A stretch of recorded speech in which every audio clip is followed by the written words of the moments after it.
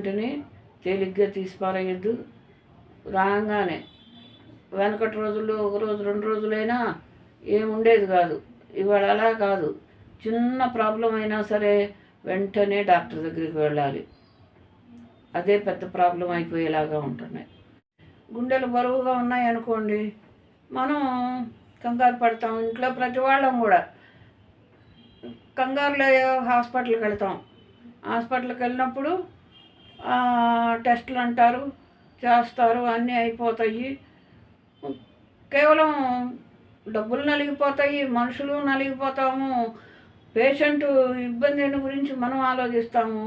కానీ అది మొత్తం అన్నీ తేలేసరికి కేవలం అది గ్యాస్ ట్రబుల్ అనే మాట వచ్చుద్ది. సరే, మన దగ్గరలో ఉన్న మనకి తెలవకుండా ఇబ్బంది ఏదన్నా వచ్చిందనుకోండి, ఆర్ఎంపీ డాక్టర్ దగ్గరకో ఎక్కడికో గబుక్కుని పక్కన ఉన్న హాస్పిటల్కి వెళ్ళిపోతాం. అది మనకి సెట్ అయిందనుకోండి, ఇప్పుడు ఆయన ఇచ్చిన ట్యాబ్లెట్లు కానీ ఏదైనా సెట్ అయిందనుకోండి, అప్పుడు ఎలా ఉంటుందంటే, అమ్మో ఇక్కడ తొందరగా తగ్గిపోయింది, డబ్బులు తక్కువైనాయి అనే నమ్మకం ఒకటి ఏర్పడుతుంది. అలా ఏర్పడినప్పుడు ఏమవుతుందంటే, మనం ఏదొచ్చినా అక్కడికే వెళతాం. అలా వెళ్ళకూడదు. మళ్ళీ హాస్పిటల్కి వెళితే మనకి బాగా ట్రీట్మెంట్ జరుగుద్ది. చిన్న హాస్పిటల్కి వెళ్తే జరగదు. మనకు ఉన్న ఇబ్బంది ఏంటి, దానికి తగ్గ మెడిసిన్ ఇచ్చారా లేదా అనేది ఆలోచించుకోవాలి మనం.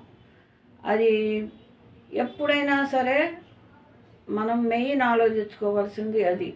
వైద్యం అనేది కరెక్ట్గా మనకి సరిపోయేలాగా మెడిసిన్ పడితేనే మనం తొందరగా కోలుకోగలుగుతాం.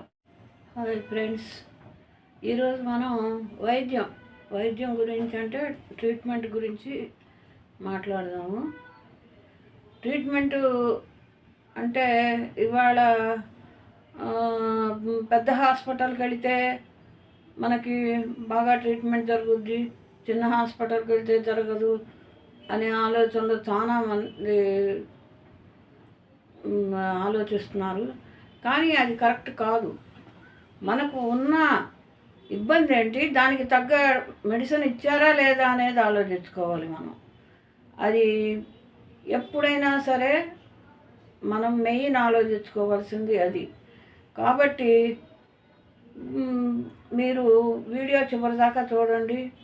నేను చెప్పిన విషయాలు మీరు తెలుసుకుని మీకు నచ్చినట్టయితే లైక్ చేయండి, సబ్స్క్రైబ్ చేయండి.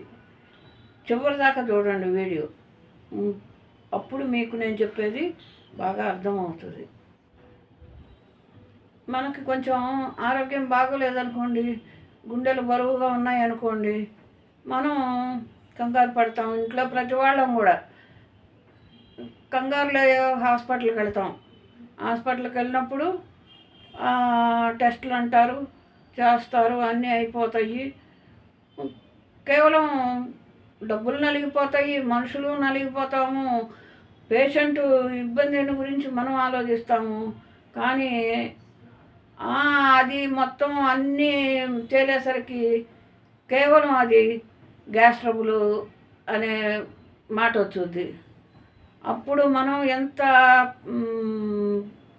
ఫీల్ అవుతామంటే చెప్పలేం. ఎందుకంటే ఇది అనుకున్నాము, తగ్గిపోయింది, హ్యాపీగా ఉన్నాము అని అనుకుంటాం. కానీ ఇంత ఖర్చు పెట్టాము, ఇది గ్యాస్ ట్రబుల్, తెలుసుకోలేకపోయామన్న బాధ ఉంటుంది. ఇలా ఉంటాయి పరిస్థితులు. కానీ ఒక్కొక్క అనారోగ్యానికి కంపల్సరిగా హాస్పిటల్కి వెళ్ళాలి. ఇవాళ ప్రతి దానికి ఏ అవయవానికి సంబంధించిన డాక్టర్లు ఉన్నారు, వెళ్ళాలి. కాబట్టి మనం వైద్యం ఒకళ్ళ దగ్గరికి ఇంకో రకం కాకుండా కేవలం మనకి ఏ ఇబ్బంది వచ్చినా సరే ఆ ఇబ్బందిని గురించి ఆ డాక్టర్ దగ్గరికే వెళ్ళాలి. చెవికి వస్తే చెవి డాక్టర్ దగ్గరికి, కంటికి వస్తే కంటి డాక్టర్ దగ్గరికి, ఏదైనా వేరే ప్రాబ్లం ఉంటే వేరే డాక్టర్ల దగ్గరికి అలా వెళ్ళాలి. వైద్యం అనేది కరెక్ట్గా మనకి సరిపోయేలాగా మెడిసిన్ పడితేనే మనం తొందరగా కోలుకోగలుగుతాం. ఆ వైద్యాన్ని గురించి మనం ఒక్కోసారి మన దగ్గరలో ఉన్న మనకి తెలవకుండా ఇబ్బంది ఏదన్నా వచ్చిందనుకోండి, ఆర్ఎంపీ డాక్టర్ దగ్గరకో ఎక్కడికో గబుక్కుని పక్కనున్న హాస్పిటల్కి వెళ్ళిపోతాం. అది మనకి సెట్ అయిందనుకోండి, ఇప్పుడు ఆయన ఇచ్చిన ట్యాబ్లెట్లు కానీ ఏదైనా సెట్ అయిందనుకోండి, అప్పుడు ఎలా ఉంటుందంటే, అమ్మో ఇక్కడ తొందరగా తగ్గిపోయింది, డబ్బులు తక్కువైనాయి అనే నమ్మకం ఒకటి ఏర్పడుతుంది. అలా ఏర్పడినప్పుడు ఏమవుతుందంటే, మనం ఏదొచ్చినా అక్కడికే వెళతాం. అలా వెళ్ళకూడదు. మళ్ళీ మన చిన్న ప్రాబ్లం ఏదన్నా వస్తే, బాడీ పెయిన్స్, ఫీవరు ఇట్లాంటివి ఏమైనా వస్తే వెళ్ళి చూపించుకోవాలి. అలా అని తక్కువలో అయిపోతుందిలే అని మళ్ళీ ఎక్కడ పడితే అక్కడ చూపించుకోకూడదు. ఇవాళ పరిస్థితులు, ఆరోగ్యం బాగుంటేనే మనం ఏమి అయినా చేయగలుగుతాం. ఆ ఆరోగ్యం బాగుండాలి, మనకి ఏదైనా చిన్న ప్రాబ్లం వచ్చినా మనం తొందరగా కోలుకోవాలంటే వైద్యం సరిగా ఉండాలి. ఆ ట్రీట్మెంట్ అనేది ఎప్పుడు సరిగా ఉంటే అప్పుడు మనం అదృష్టవంతులం. అదే ట్రీట్మెంట్ కరెక్ట్గా ఉంటే 4 రోజుల్లో తగ్గుద్ది. అదే కరెక్ట్గా లేకపోతే వారం రోజులే పట్టవచ్చు, 15 రోజులే పట్టవచ్చు. అదే మా చిన్న సపోజ్ చదువుతున్నా,